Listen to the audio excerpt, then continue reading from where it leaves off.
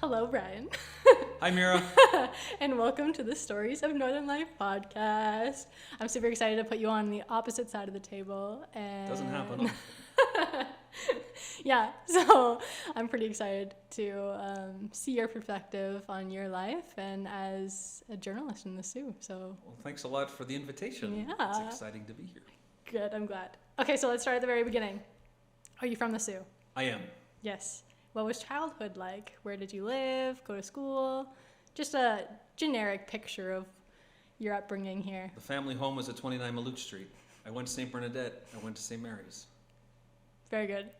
I'm going to keep it short.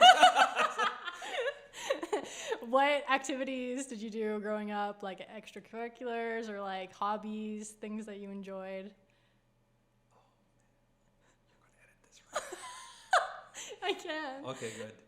See, that's such a broad question. That's why I struggle with it. Yeah. I mean, I was terrible in sports. I took skating lessons but never learned how to stop. I ran into the boards. So my dreams of being a defensive forward, the Montreal Canadiens, never happened. Yeah. I wasn't great in school. I was okay. But I could always write. So if we stick on that theme, I started to write. I remember sneaking paper out of Mrs. Larachel's cupboard drawer in grade 2. And I think I wrote a story, but I don't have it. So the earliest story I have is from grade 3. That's very cool. It is cool. And what did you write about? Oh, I looked for it before I came down, but I couldn't find it because it was my detective story. They were detective stories, so it was like Private Eyes, my classmates. So there's about 10 people that I was in class with. It was always Mark Donnelly and Fernando Afonso. They were the main detectives. So it was Mark, Fernando, Monica, blank, blank, blank. Okay. Meet the Claw. There was I think he was a monster named the Claw, and he was going around killing people, I think, at schools. That's amazing. That's so creative. That makes up for my not being very good at math and science. I can write stories. That's awesome. So that was your creative outlet, writing, and it started very, very young. Yeah, like I say, that's the earliest memories, grade 3. Yeah. I remember my dad would take me down to the main branch of the library. That was great on Saturdays to get books. I remember my mom sitting at the kitchen table reading the Sault Star. Okay. So that stayed in my brain. I remember my mom sitting with me on the sofa in the living room reading books. So there's all those different writing references that were right there pretty much from the get-go. That's awesome. So you were at St. Mary's, and then what did you do? Post-secondary education to further this interest. Right, so up writing. until grade 12, I was all set to become a teacher because the teachers at St. Mary's College were so awesome. I was all set on being a reporter, newspaper reporter, but I said, the teachers at St. Mary's are so great. If I became a teacher, I like history, I like English. Right. But I could still do the yearbook, I could do the school newspaper. So instead of going for a straight journalism program, I started in English, and then it became English history, and I graduated with a history degree. Very cool. From Brock. From Brock. But I was involved with the newspaper, the Brock Press, all the way through. So I was still doing that. And then it came time to graduate. And you think after all that time with the Brock Press, I'd say, I should really be a reporter. No, I went off to teachers college. I was at York. Okay. So the Barrie campus there. Very cool. And I really didn't like the York experience after the great Brock experience. I taught for 5 years, and I remember saying, I got into teaching for the right reasons, but I'm not a great teacher. And the Timmins Daily Press was looking for a reporter. I remember seeing the ad in the fall of 1998, and I said, I'm going to apply for that job. And I'm grateful to Dave McGee, the managing editor there, that he gave me a chance because I don't have a journalism degree per se. Right. But I'm But sure he hired lots me. of references. And I went up to Timmins and worked for just under 2 years there. I worked a lot of hours and didn't make much money, but I was incredibly grateful for the chance to learn the craft. It was a daily newspaper. Timmins is a really neat community. Yeah. And thanks to that, I was able to come back to the Sioux in 2000 with the Sault Star. Awesome. I jumped really right ahead from That was childhood perfect. memories to university experience and then getting into the field. Sorry about that. No, that's perfect. That's exactly answered all my questions leading up. So you're good. So your first journalistic job was in Timmins. Interesting. And then how did you get the job at the Sault Star? Well, it became open. I mean, that was always the hope. The hope was to come back to Sault Ste. Marie. Timmins is a wonderful awesome training ground, but it would be hard for the average reporter to make a career of it in Timmins just because it is long hours. It Right. wasn't a lot of money. So it was basically, if you want to think of the Greyhounds, like a training ground. Then you move up. Yep. I knew I wanted to come to the Sioux, and when the job became open, I applied, and fortunately I was hired. Because the next position didn't come open until 2004. Wow. So I wouldn't have been able to stay in Timmins for another 4 years. I would Right. have gone somewhere else, and then you wonder Where? would I have been able to make it back. Right. Perfect. So if I can add, Uh-huh. to come back to write for my hometown paper Yep. is awesome. Great. That's very good. And I have to remind myself of that every once in a while because I forget. It's like, you're writing for your hometown paper. The paper that you read on the living room floor, you're now reporting for. Very full circle. What pieces were you writing when you started your job? Timmins? Nah, yeah, sure. Go from Timmins Well, and then that in the doesn't Sioux. sound like the question you're going to ask. I was going to ask in the Sioux. What were your first pieces writing here? I work. The easiest way to answer it is my shift was Wednesday to Sunday. So I Okay. was the weekend guy. So a lot of it was just things that were going on the weekend. So if there was fundraising walks, off I'd go. I don't know. Yeah. Was I entertainment? I was probably entertainment. Maybe education at that point. Yeah. I'm sorry. That's No, that, I could have checked the archive. I mean, that was August 2000 that I started. right. I remember I think my first story, at least the first day, there was an indigenous group that I think they were walking around Lake Superior, Okay. and they were having an event at Roberta Bonder Pavilion. So I remember that was literally one of the first stories. Very cool. Because you got to go out there and actually experience it, or was that no? Were you just reporting? Experience as in walking around Lake Superior? Oh no. No, obviously. That was right down the pavilion. But I went with Keith Stephen, the photographer, and I thought it was so cool. I said, wow, all these people know Keith. Well, of course, he'd been photographing for the paper for Right. X number of years. And something else that was nice about those early years that I'm really grateful for is with the weekends, at least, I was able to work with Margaret Cameron McQueen. Just an awesome photographer. She took your photograph in 2005. Yeah. She did, and when I saw it, I said, that's awesome that Mira got photographed by Margaret. Margaret taught me so much about photography, Yeah. and it was just a joy to see her photography, and I hope that some of her influence, that I remember some of what she did. Yep. So you have a close connection with all the photographers as you go through. Well, then there were full-time shooters, because Bob Frost and Keith Stephen were the full-time shooters. Margaret was part-time. Rachel Okay. Lebrecq came later. But unfortunately now, there's no just photographers. Right. Everybody is, well, multimedia journalist is I see. the official job title. I see. So you do everything. So you're out there with a camera, notepad. Yep. I got a notepad here too. And a bunch of pens and pencils. Very cool. So yeah, so she taught you a lot about photography then. Well, just by, I mean, it's not like she'd say, well, I probably asked her, but Margaret was so awesome about posing people. And that's why I'm curious to see, in our archive, I just see that she took your photo. I'd have to go through newspapers.com to see how she posed you. Margaret was a wonderful poser. I can't pose people. People see me, they just want to stop and look, hey! I just like getting Right. candid shots. I'll just Right. walk around at an event till I see something just happening, and you got a good lens on the camera, so you can just Yep. get a moment. Yep. I think that's special. That's special. Like that's a good way to capture moments. Because everyone poses, puts on a face, and you don't capture the like essence of the events. And that happened at the Bonsu Olympics with the high school kids a few weeks ago. So there's some guys from White Pines. Hey, take Yeah. my photo. And they're like, hey. And I said, you know what? I'm not going to take your picture like that. Just, Right. just do something. And then they did kind of a cheer, and they're all bouncing around. They're not paying attention to me. I said, great. And that photo ran on front page. Perfect. That's awesome. So, pro tip: don't pose for me. Just Hop be up and natural. down. Do something. Yeah. Do something. I love that. That's amazing. So how has your job evolved, I guess? So that's one way.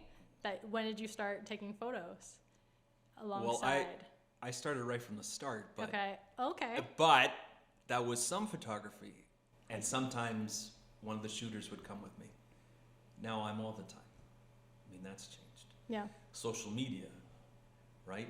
Yep. That wasn't around Right. when I started, so Right. post on Twitter. If we ever get back with Facebook, we'll be back to posting on Facebook. Right. Layout, well, I did layout at the start, but when I started doing layout, there would be an editor. Okay. There would be two editors because they're doing the city pages and the sports pages. Well, now it's just me. So when I do the layout, it's just me. But everything's been centralized. So what used to be all done at the paper, Yep. now if it's a wire page, so a national page, a business page, we've got our folks in Barrie. Okay. So I would just say, okay, I've got 12 pages. All right, we're going to have 4 local pages. I'm responsible for those. But SportsWire, they just drop it in. So I that's see. been a big change. That's a big change, definitely. Definitely. So what does a typical day look like? Is there like a structure to your day? Hopefully I get the first 2 or 3 hours just to do stuff Okay. without any phone calls. So I try and get my briefs done. That's what I did this morning. Most of the morning was doing briefs. I wrote about 300 or 400 words. Wow. Post those on the website. Plea court starts at 10, so you keep an ear on plea court. You can do that online now. Okay. I guess that's something else that's changed too, Yeah. That was as a result of the pandemic. Keep an ear on plea court is something you want to watch about. What press releases come in during the day? I mean, the city police OPP put out things. Those come in. You want to get them up on the website. Hopefully you're going to get some interviews done. You're like a short order cook. Right. Something comes in, you crank it out, up it goes. It's like if anybody watched MASH and they talk about meatball surgery, you know, it's not fancy, but hopefully it's good and it's quick. Right. Right. So are you on call during the day, or is it kind of like, yeah, like I don't know how it works. Do you have a structured hour set, or are you on call like all 24 hours to like write things and report on big? So I guess technically yes, but Yeah. realistically, I mean, it have to be something pretty big. major, like the steel plant. If the steel plant hires or fires 500 people and they're announcing at 8 o'clock at night, Right. while you're back to reporting. Right. If there was a few years ago, there was a business up on McNabb Street, not far from where I live. It was on fire. Okay, well, I walked up and Wow. got a shot because I heard it. I had a scanner at that point. Of course, now they scramble the calls, so you can't hear it, but I heard it on the fire scanner. Just happened to be awake at 2:30 in the morning when that call came in. I said, well, it's just up the street. Might as well. Yeah, off I went That's so cool. to get the shot. Wow. Crazy. Does that? That definitely answers. Yeah. Okay. That definitely answers. my I mean, question. officially, the shift starts for me at about 7:15.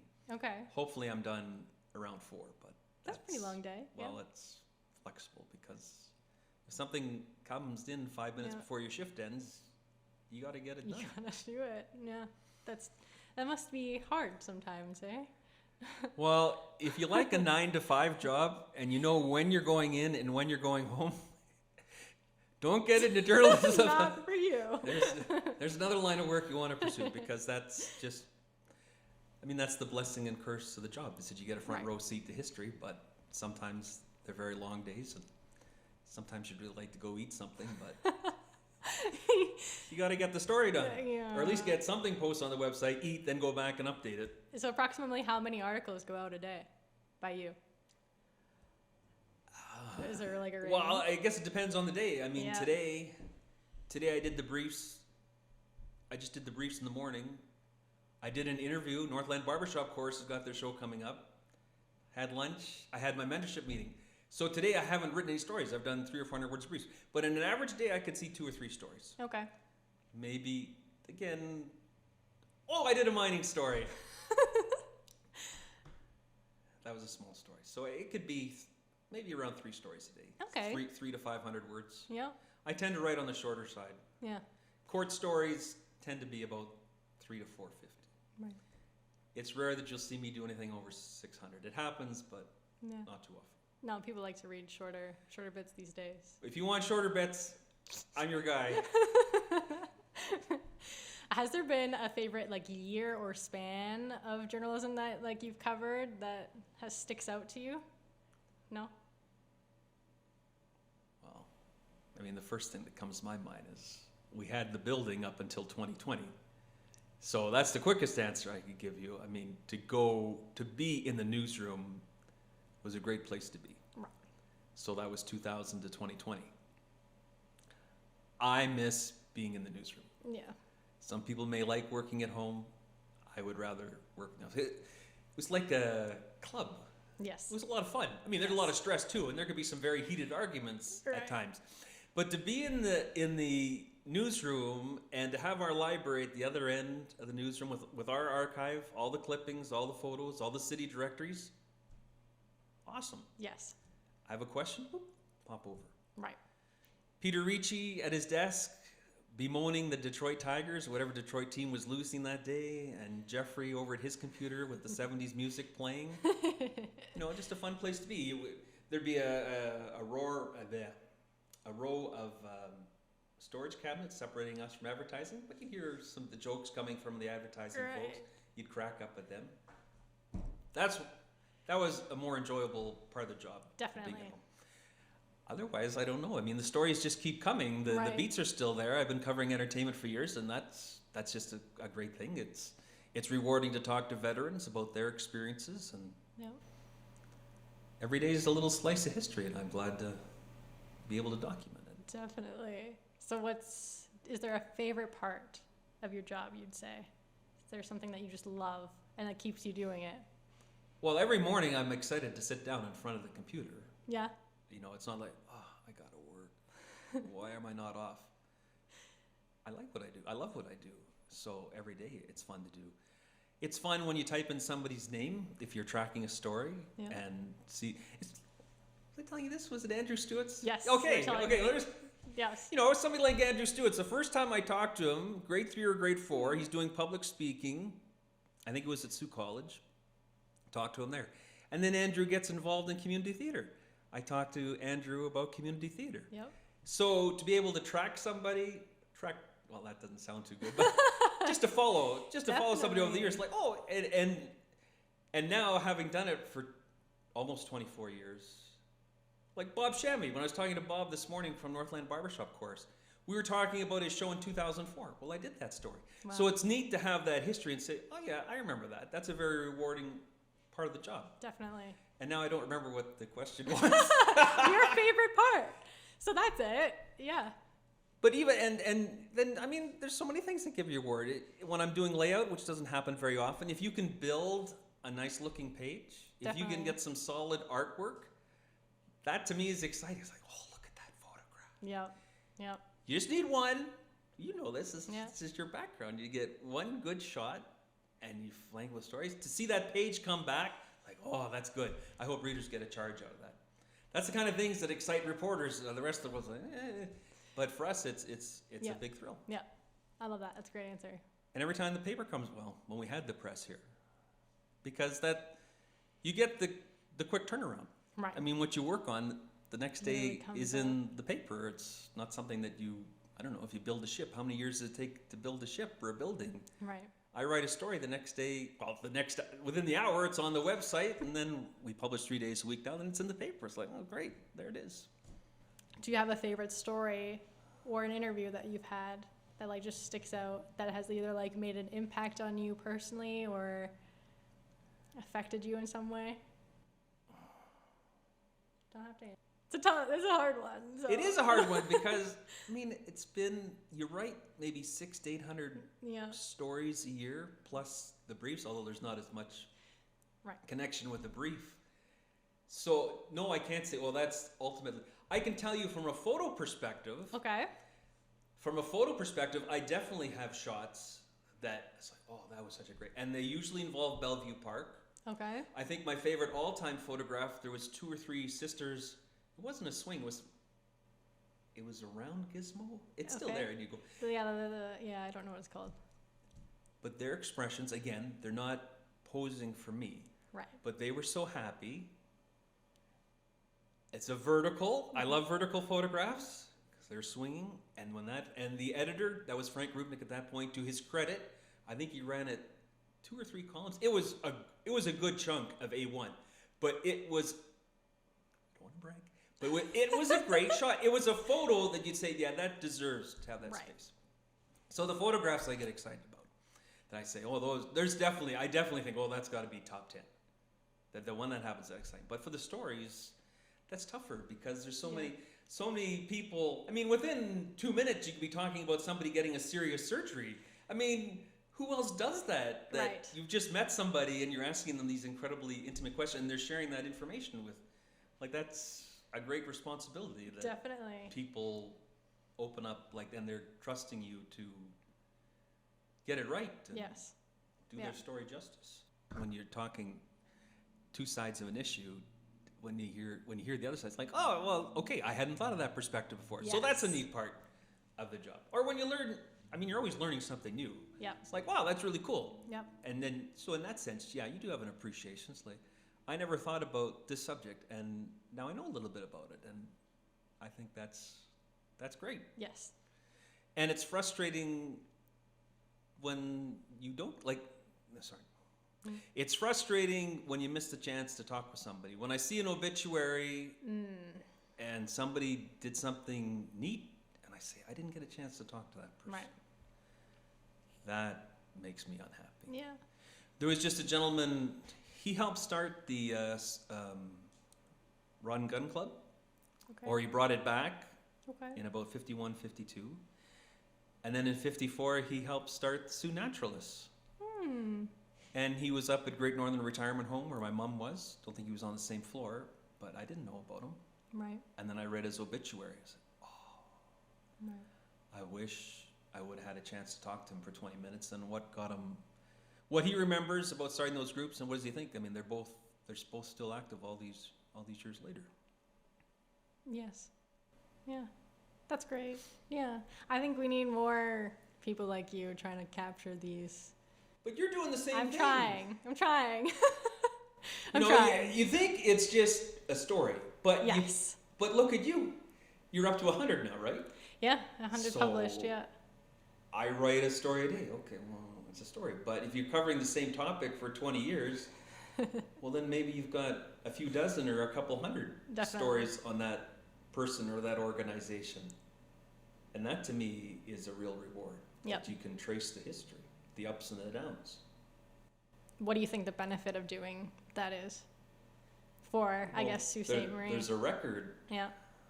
that if you're ever wondering about a specific event, a specific address, a specific person, hopefully you're going to be able to look at the newspaper and that'll answer your questions. Yep. Because usually we write about things when they start and then we're covering it as it's going along, and then if they close, Yeah. again, it's the frustrating thing now that, I mean, it's very rare that people will, I mean, nobody puts birth announcements in anymore. Right. And we only get a fraction of the obituaries. Yeah. And you don't see wedding announcements anymore and No. engagement. So I wonder that 100 years from now, if you want to track somebody, how easy is it going to be? If you're relying on Facebook, Yes. is Facebook still going to be around? Is it going to morph into something else? If Facebook is still around, are you still going to be able to look at, hey, we just got married? Right. With the newspaper, I think the odds, I think I feel safe in saying this, you can still hopefully go to the library or online and it's there.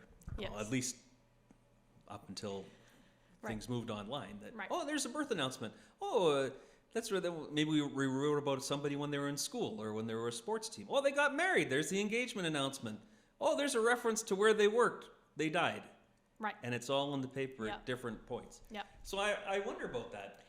Yes, that's a Down the line. big part of why I want to do this and talk to people from like kind of like the start of their lives to the end of their lives, because I see in our collection that we're not getting a lot of donations coming in because they're not tangible. And if we have a tangible object, there's no story with it. If you look in our collection, any artifact, most of our artifacts, there's a description of the physical, but there's no description of who it belonged to, maybe like a sentence or two, but it's hard to connect those pieces. Like we can infer a lot, but we don't have the direct info.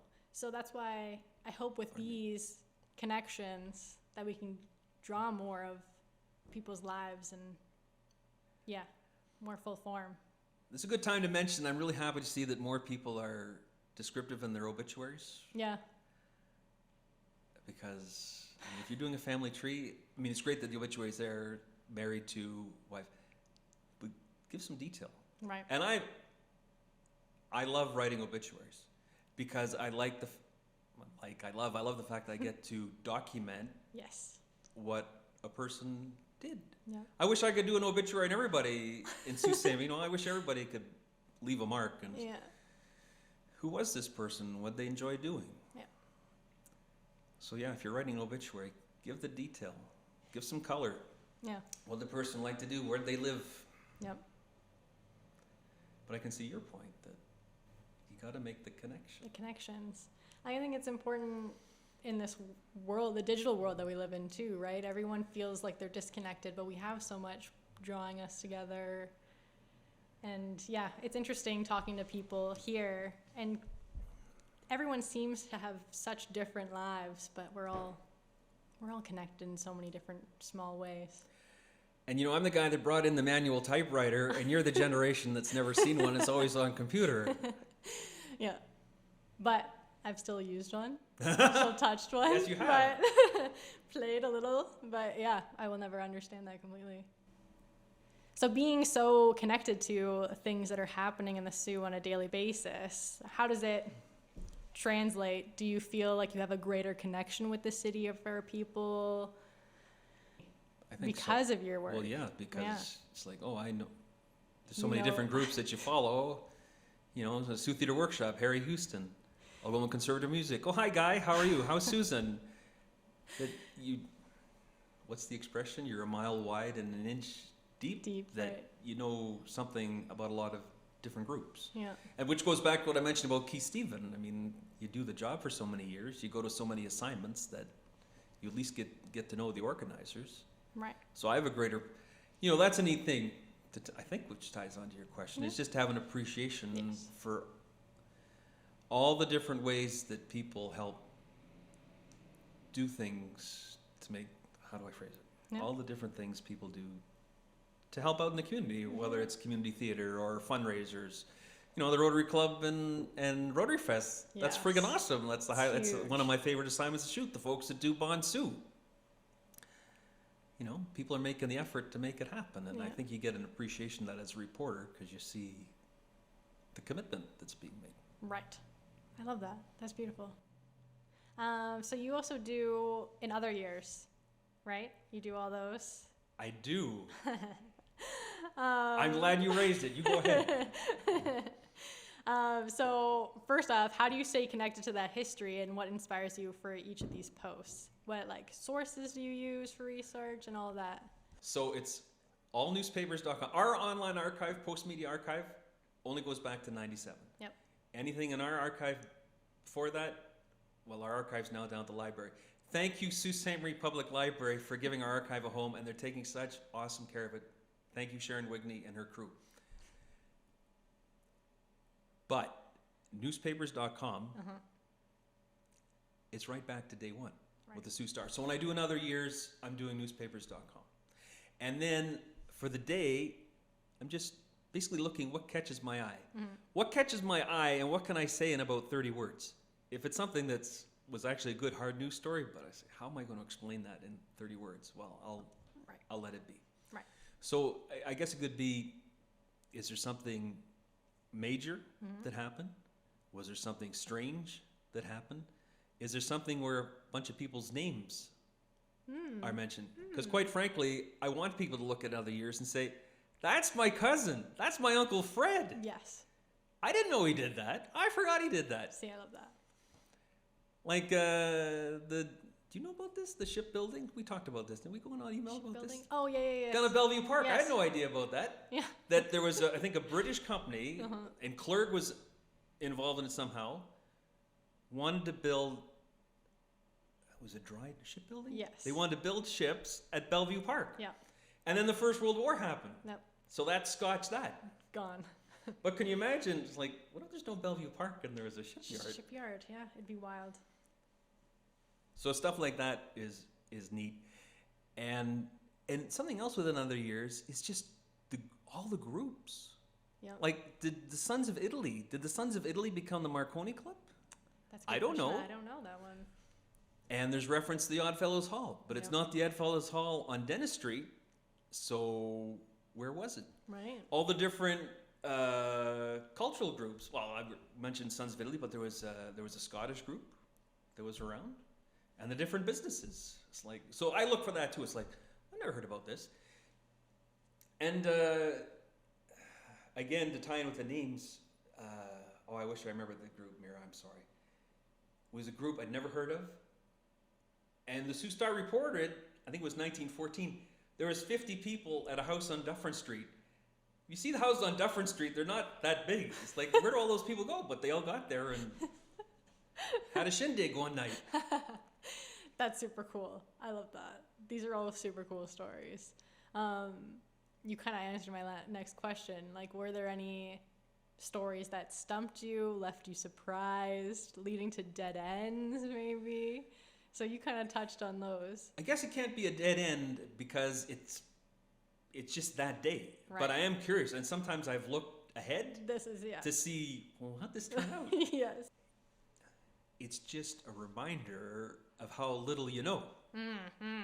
It's like, again, I mean, I started reporting in 2000. Well, okay, well, we were writing stories for almost 100 years before that. So quite often, I have no idea. Yeah. Some things I'd heard a little bit about, but the shipbuilding, I knew nothing about.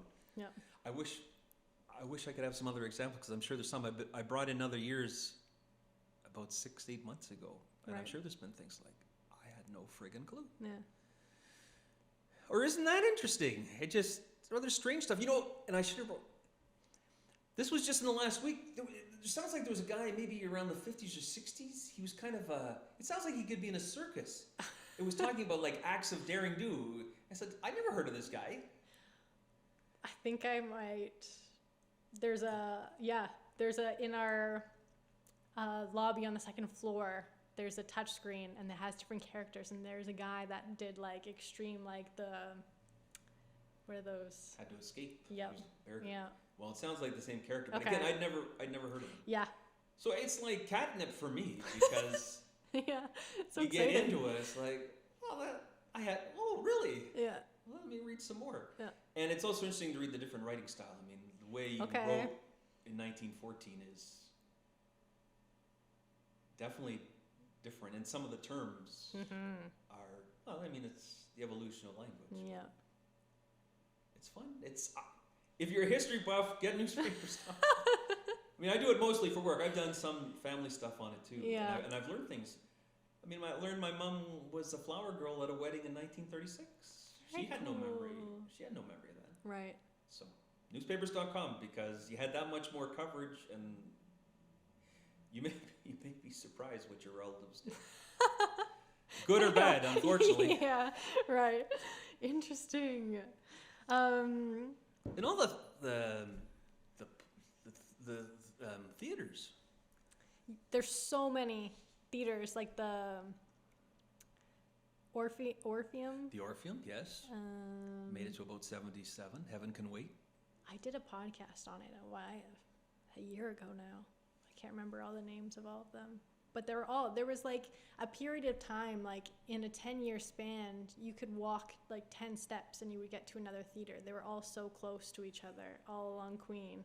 And see, when I hear that, I think, so what did they do? Did you go for movies? Were they stage shows? Were they music? Did you dance? There is difference. There was, I want to say it was the Grand Theater, but I'm not, it was at Orpheum. They had vaudeville shows with like the animals and live performance and stuff. So that's where it all started, and then it started evolving into like live shows and films. You talk about dead ends. Hank Williams was on Gore Street around 1947 or 1948. Okay. But all we had in our paper that I could find was an advertisement. I said, we didn't cover Hank Williams? I think at that point he would have had some hits. Right. Does anybody out there have any? Are there any photographs of Hank Williams in Sault Ste. Marie? Right. I'd be fascinated. Yeah. Wouldn't it be neat if somebody had an autographed Hank Williams album from Sault Ste. Marie? Yeah. Does that building still stand? I'd like to check that out too. Right. Has technology affected your job? I know it has. How so? computer we were filing on computer to begin with. It's just that much more. I mean now with our connection with Barry. Okay, we had the printing press till 2014. Okay. Now, you as the editor would do all the layout on your computer at the Sault Star building. Okay. Now, when I'm doing layout, I say, here are the stories I want on this page. I send a note down to Barry. Barry puts together the page. They send it back to me for approval. So I mean that's changed Definitely. from before. I mean we went from film, right? The first couple of years are still shooting from film. Now everything's digital. So that was another change. I should be really thinking of a bunch of other examples. I mean, again, it ties into, I can buy myself some time again by saying, well, okay, with the social media, now when I started, I mean, you were just writing, I can't remember when the website started, but you were essentially writing for the paper. For the paper, yeah. And, well, we definitely, I think it was 4 news stories a day. That's all we'd post. That's my memory. Right. It was limited. Right. Whereas now, it's you write it, you post it. And the photo galleries. Yeah. For a while, we had on Monday's paper, there'd be a photo page at the back, like if there was Rotary, a big community event like that. Whereas now, it's much more regular, and I mean, I might cap out at 20 or 25, but even that's going to be more than what you get in the paper, because you might get 6, 8 shots without them becoming microscopic. Yeah. No, that's great. That answers the question. It's like the computer. This should be coming so quickly to me, but I'm struggling. And of course, well, and then we're working remotely, right? I mean, before I thought news. How can you have reporters working at home? That can never happen. Well, it did happen, and we're all working at home. So, is there any collaboration while you're working remote with other reporters? I guess some. Yeah. You would go. I mean, that was the nice thing about being in the newsroom, right? Exactly. It's like I had Linda Richardson next to me. I mean, Linda started reporting late 60s. So even though I could ask her, look, I'm working on this. Oh, here's the name. Boom. So, I mean, that was... Right. You can still do that via email, but if the other person's doing a half-hour interview, they might not be checking their email to get back to me. But yeah, so now everybody's got a laptop there at home, and that's... Yeah. It's not as conducive, because again, you get that brainstorming going on when you got 4 or 5 reports. You've got an editor. When we had editors, of course, editors are editors because they've got that much more experience. They can give you some guidance. Yeah. You're missing that with the current environment. Right. So are all the records from your library, they're all digital now? Yes. That's what I can answer, because again, everything from 97 goes to our archive. Yep. So if I want to, I need to do a story on Sault Ste. Marie Museum. What have I done lately? Okay, Sault Ste. Marie Museum. Boom. Yep. It comes up. What's in today's paper is already on the archive. Yes. It's instantaneous. Right. Which is crucial for us because, pardon me, sometimes if it's something you're writing about on a regular basis, you're usually pretty sharp on what's happening, but sometimes you do have to go back, and it's great to have the archive there that can make it happen, and you can bone up on it, and off you go.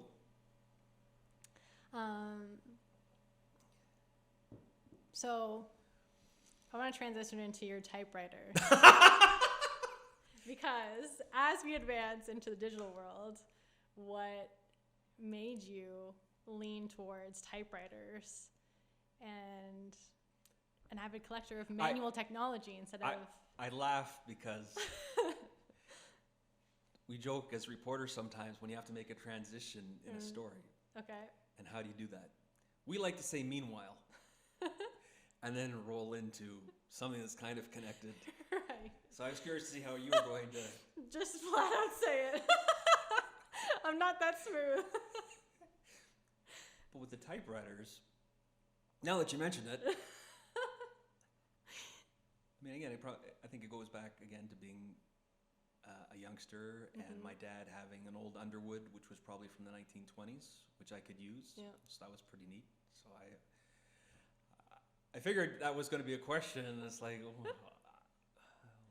I just was drawn to it. And maybe it was an adult thing to do. Did I just like I mean, even now I find that soothing. Yes. I get a kick out of it. So there are always typewriters in the house, and I always liked to type. I was lousy at sports. I was terrible in math and science, but I could write. And to write, well, part of it would be using a typewriter. So I guess it would be like a tool to trade. Right. So were you writing your beginner stories at home on? Yes, and having said that, I would. No way. Having made that plug for typewriters, I'm now going to tell you that I would just write them. Let me get one with it. Oh, these are all. That's amazing. Let me give you one with that. Oh, where's the good covers here? Mike Joy was. I thought my memory. Well, that's mine. No, can't give you that one. So you're asking if I wrote stories on a typewriter, and the answer is no. I would sit down with my 3-ring binder paper, and I wish I had the skill. I mean, I'm 99% sure that what you see here was just me just writing. Like, I don't think there was any rough drafts. It was just this. I would just sit down and. Wow, and you never went back to I would have marked it up. This is so crazy. This is awesome that you kept this. If I could grab one thing out of the house before it burned down, I think it would be this binder, because it's where it all started. That's so amazing. But look at the last page. These are long chapters. There's chapter 2, chapter 3. And again, that was probably from the library books. And a little drawing. So yes, so I think it was from the Hardy Boys. And then, sorry, there's the pause. Maybe you didn't read Hardy Boys, but maybe you did. Anyways, the Hardy Boys, you would have, I guess, in the Chronicles of Narnia, right? You'd have the illustrations. So I think it was that example that said, okay, and Mike, I couldn't draw, but Mike Joy, my childhood chum, he was my artist. So I would write the story, I'd leave the spaces. As you see, Michael would put in the artwork. No way. That's so cool that you were even collaborating on artistic projects even at such a young age. What age were you when you did this, you think? Okay, well, before I answer that question, just check out the back. See, this was a thing. I don't know if this was like a yearbook example, but if you read the story, I would ask you to sign it. This is amazing. And to answer your question, go to this page. It should answer your question. This one here. Right. So that would have been about grade 6, grade 7. That's impressive. This is very cool. I love it. And you have a binder full of them. How many do you think you wrote in grade 6? Oh. Go through. It is a good question though, is how many did I do? Binder, yeah. I think this is everything, but that's the grade 3 story is in here. This is grade 3 to grade 8, but there's not a whole lot. I mean, there might be 10 here. So crazy. Definitely more than that. So you've been documenting, you've take care of these, been documenting, collecting for your entire life. Life on Mars. Where did you think you got inspiration for all of these? Okay. Yay! So my mom started family history books around 1966. Okay. Wow. I mean, it's not riveting reading, but if you want to know when you went to the dentist, if somebody was sick, who got married, who died, Mom did that till about 2014. So that was one example. So cool. And then my dad, if you ask my dad, Roger, September 14th, 1990, what time did you get up? He would pull out his 1990 book, because he kept little squares for each day. And he could tell you what time he got up. He could tell you what the weather was like. So you've got all this data from my mom and dad. Yes. So I'm thinking that would explain why you're now looking at this binder of stories from St. Bernadette. Definitely, and very aligns with your career. Oh, yes. I love data. This is incredible. That is such a great thing to collect and have. Do you do this personally for yourself? No, and this is the thing, is that every year on my calendar, well, no, in a way, but not like my mom. Right.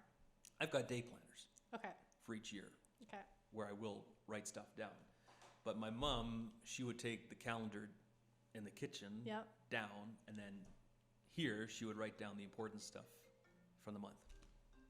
So yeah, no, mom and dad were much more thorough about that. I mean, I didn't bring that one, but I have notebooks that I've kept for at least 25 years that I could probably figure it out, but this is more efficient than what I've got. Right.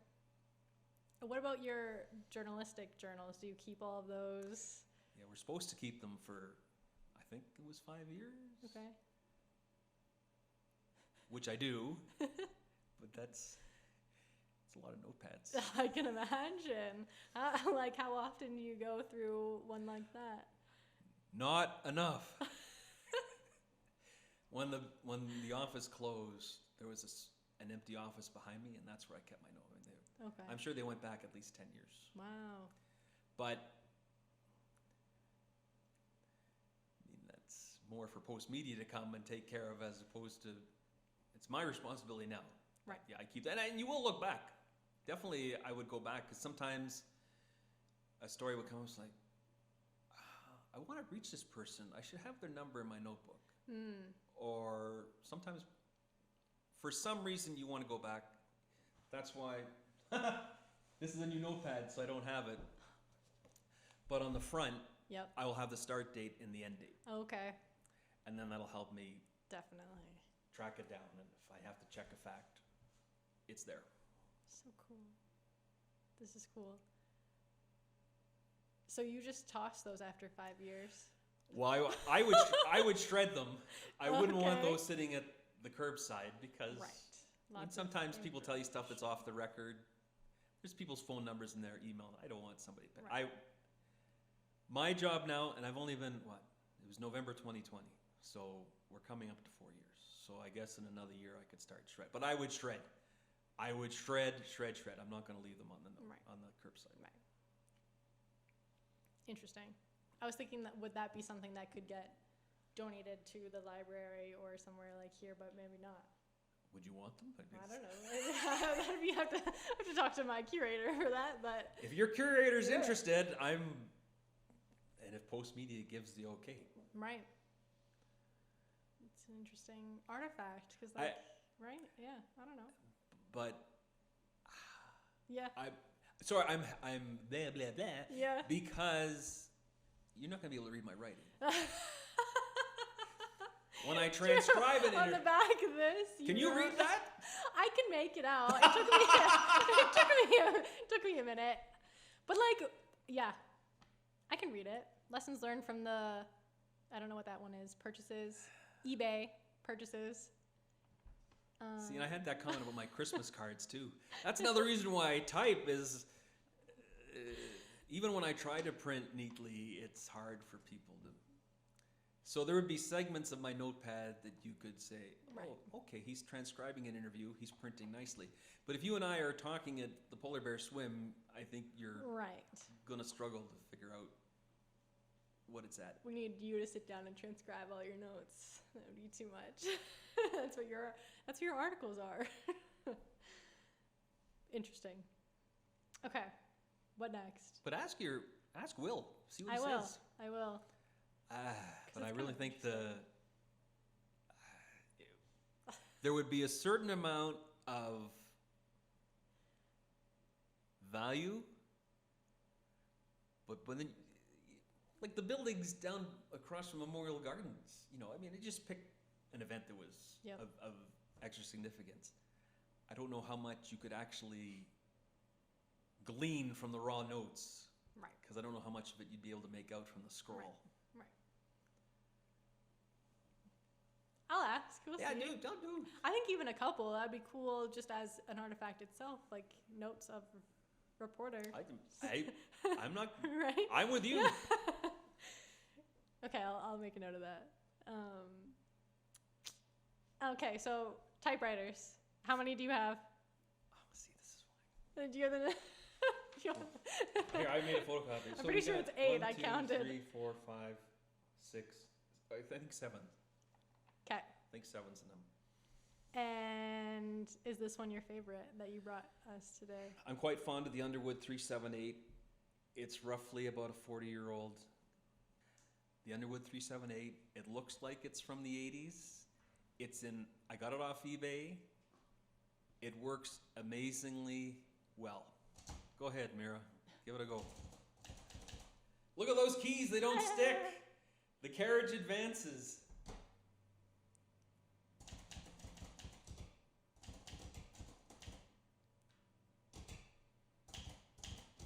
Music to my ears. So cool. Okay, so what do you use these for? Well, as we've discussed, my Yes. handwriting isn't so good. So if I was to write you a letter, Yep. I would more than likely type you a letter. Or at the very least, I would type the envelope. I just sent a letter to a buddy in South Korea Wow. earlier this week. So I typed up a few paragraphs and off it went. Much to my brother's chagrin, for managing my mom's finances, I do the monthly reports with a typewriter. I don't use a spreadsheet or whatever else is easily available on a computer. Don't do that. Do you hope that typewriters get recycled and used more commonly day to day? Well, I hate the thought of a typewriter going to the landfill. Right. I'm not skilled at fixing them, not yet anyways, but it'd be nice to think that they could be fixed up and get back in action. Yes. I was wondering a day or two ago, I have a vague memory that there might be one company that's still making machines, but by all means, check that out. There are a lot of keypads that have the same sounds that are made now, but still designed for screens and computers. Yes. Anything that gets me away from a computer for a while, I like. Yes. And yeah, I know. Well, I guess I could learn how to do the finance stuff online. But I spend enough time in front of the computer. Yeah.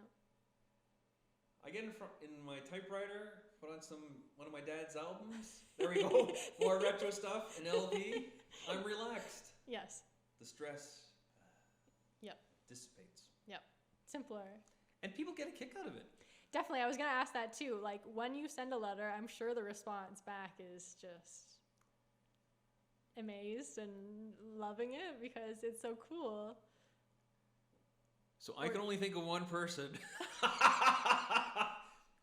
Off the top of my head, like usually it's, oh, thanks for the letter. But I can think of, I'm sure there's others, but for right now I can think of one person that she looks forward to getting something from me because she knows it's going to be typed. That's super cool. I'm sure there's more. There's got to be. Maybe they don't tell you. I'd hope so. It's a challenge now because you can't get the, I guess you use like whiteout. But Right. that takes a while. Before, in the old days, you get it. Well, you could either have a correction tape. That'd be more on the electric, not on the manuals. Yep. You could have a correction tape, or there was they were in a kind of an oval, light purple. It was tape, so you just slide it in, Right. and you could correct your mistake.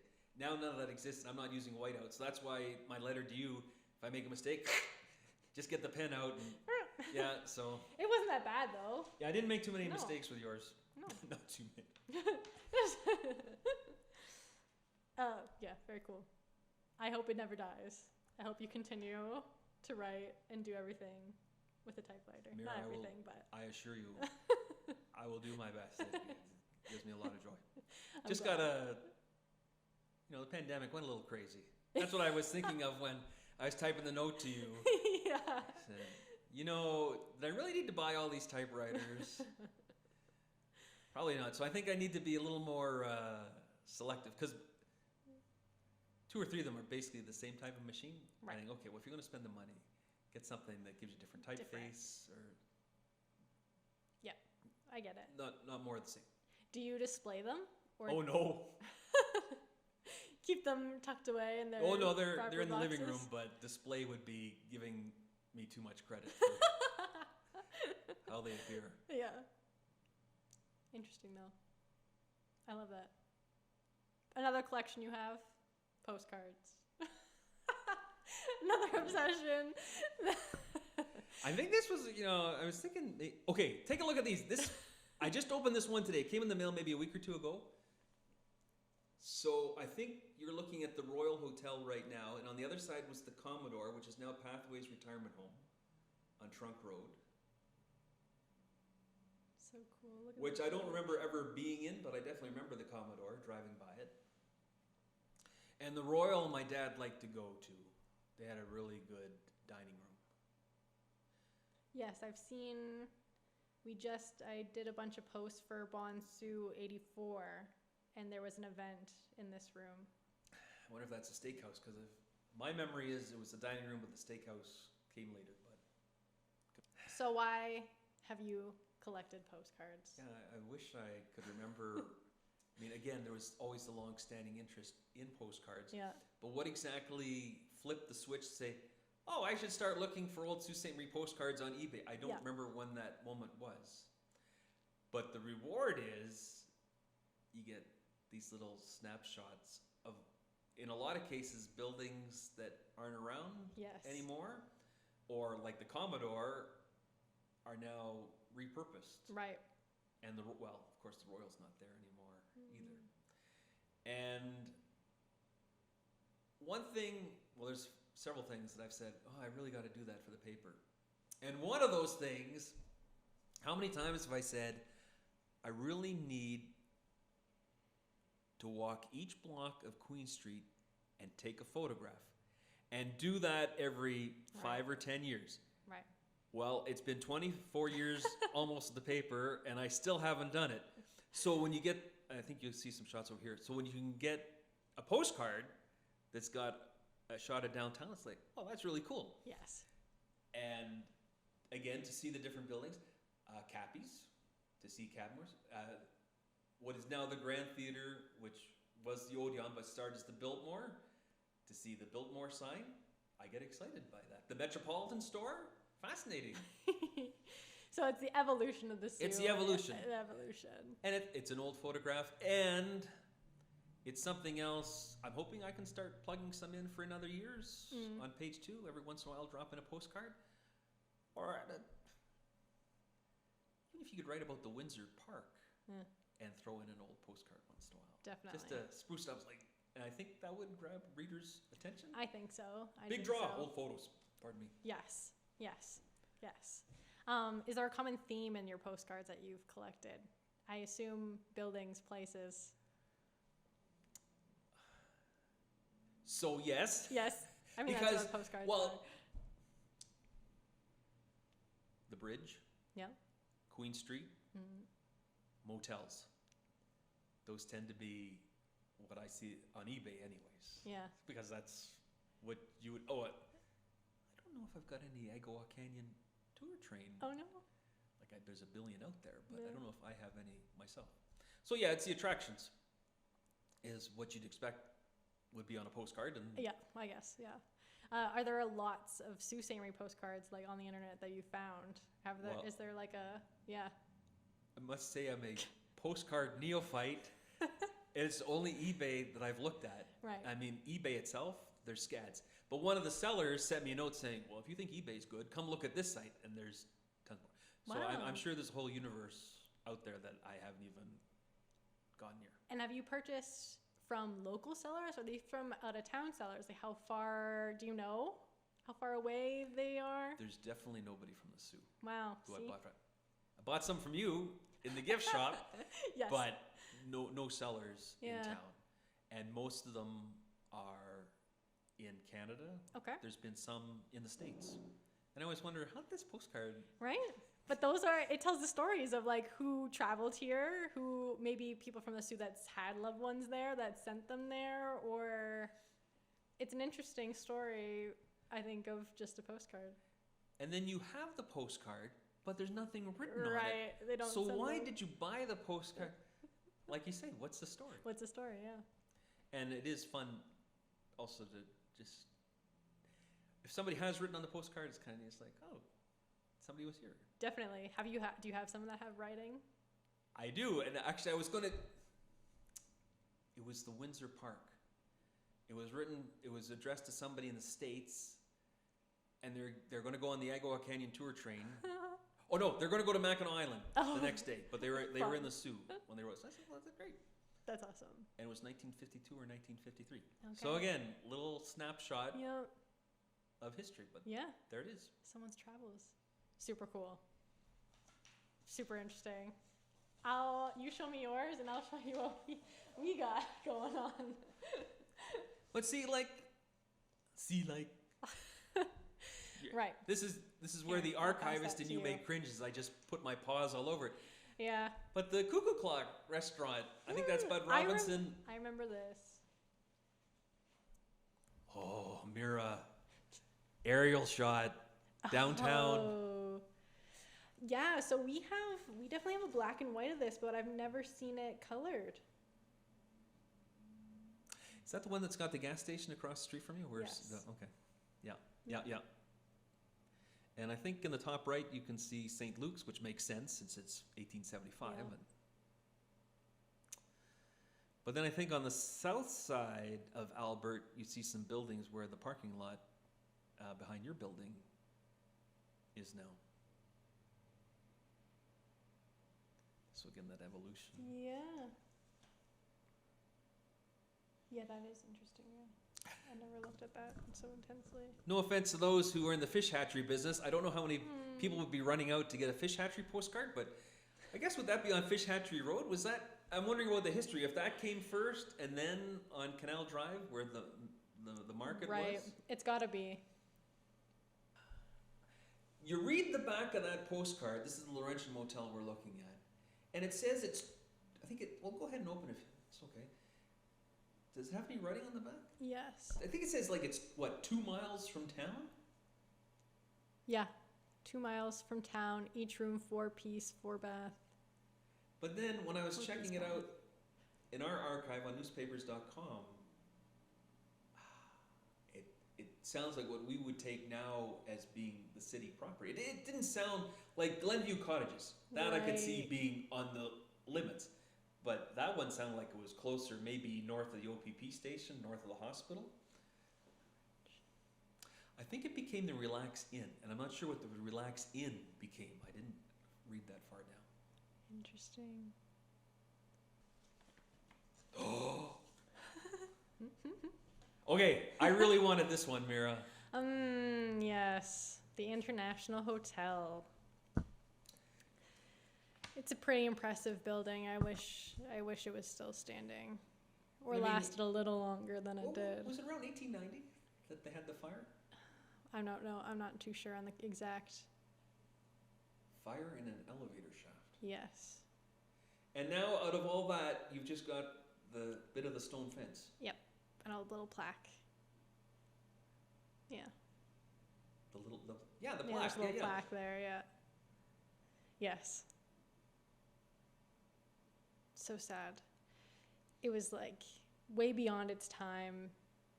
Like it was written in all these articles in Toronto, being like it's a must-see hotel, like must-see, and it had, I can't remember the number of rooms, but a lot of rooms. I seem to remember 200 plus. Yeah.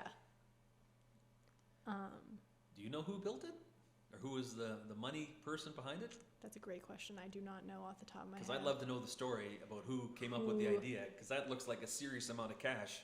Definitely. There was a dock right outside, right out front, right from the St. Mary's River that led directly right up to the hotel. So people would come in and they'd have their own dock to go right up to the hotel. And I just learned about that from you guys. Yeah. The Moonlight Magic. Yeah. When you're open. Yeah. Like all these, you got out that map and showed all the different docks. Yes. I had no idea. Yeah. Last question.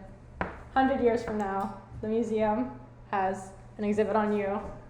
3 artifacts that would be on display. And the title of your exhibit would be? I'm going to waffle on that question and answer it this way. Okay. 100 years from now, if somebody could pull up a story that I wrote Mm-hmm. and it helps them understand something, my work's been done.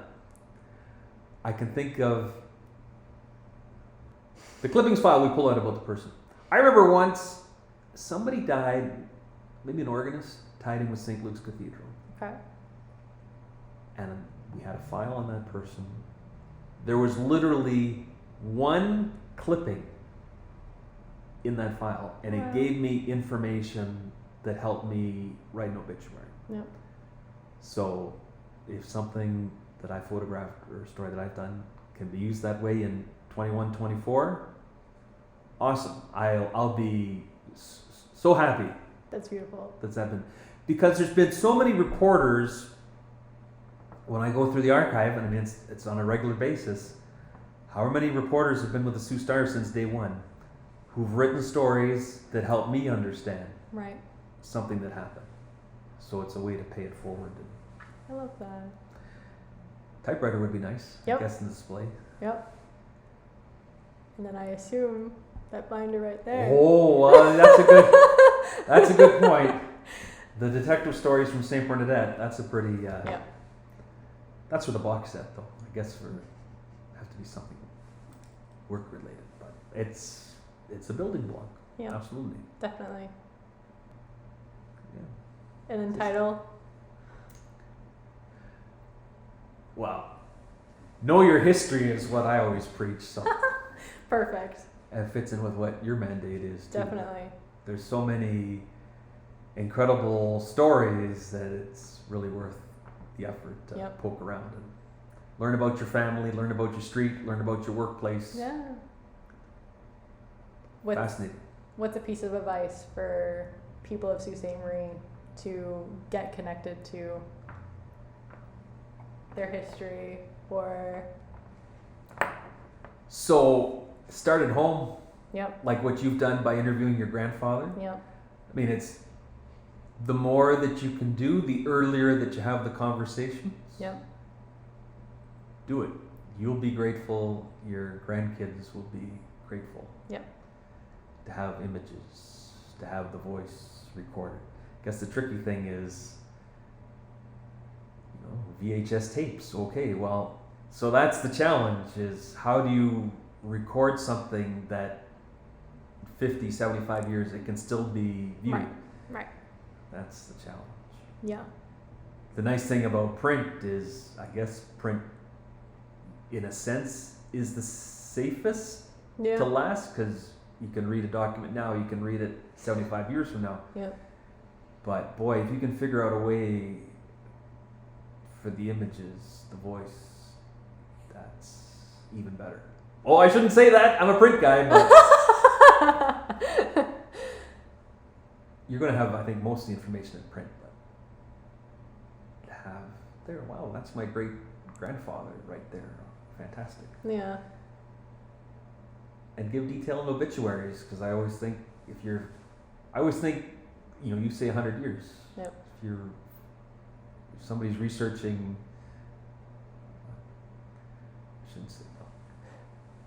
If you're researching a family member 100 years from now, they're going to depend probably largely on your obituary to Right. get some sense. So It's it's true. not a pleasant thing to do, No. but give some detail Definitely. about your loved one. Definitely.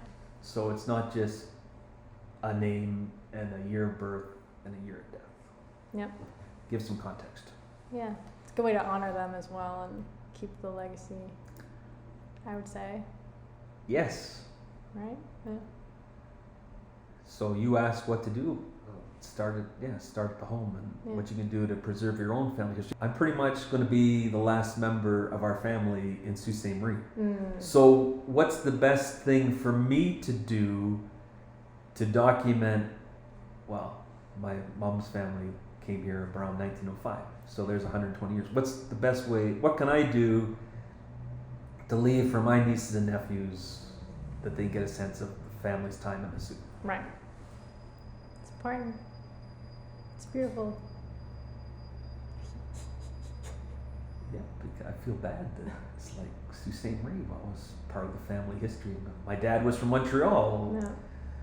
I'd love to go there and visit the family graves. My brother went during the pandemic, and That's cool. all those people you forget about. But Yeah, without them, there's no you. So it's very true. It's very make true. the effort. Yeah. Well, thank you so much. Is there anything that we haven't discussed that you feel like you want to bring up? Or no?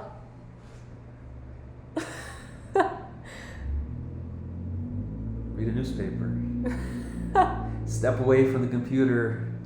Take 15 or 20 minutes. Yep. Nice thing about a newspaper, well, there's a lot of nice things about a newspaper, but you don't go down rabbit holes Nope. like you do on the computer. Yeah. And I say that as a newspaper guy who goes down rabbit holes when I go on the computer. Oh, I'll refresh Twitter. Oh, wow, another 15 minutes went by. Just take 15, 20 minutes. Read a paper. You'll get boned up on what's happening in your community, your country, the world. Definitely. Read some op-ed pieces and then go about your day. Yeah. Have a nice cup of coffee, whatever your favorite beverage is, and you've got news from reputable sources. Yes. Definitely. There's the plug. There's the plug. Need the plug. Awesome. So, thank you. Mira, thank you. I was really excited to come down and chat. Yes, this was great. I am so honored to see all your old history documented of all your stories and capture your story here. It'll be in the museum's collection for years to come. So your story is documented and safe with us.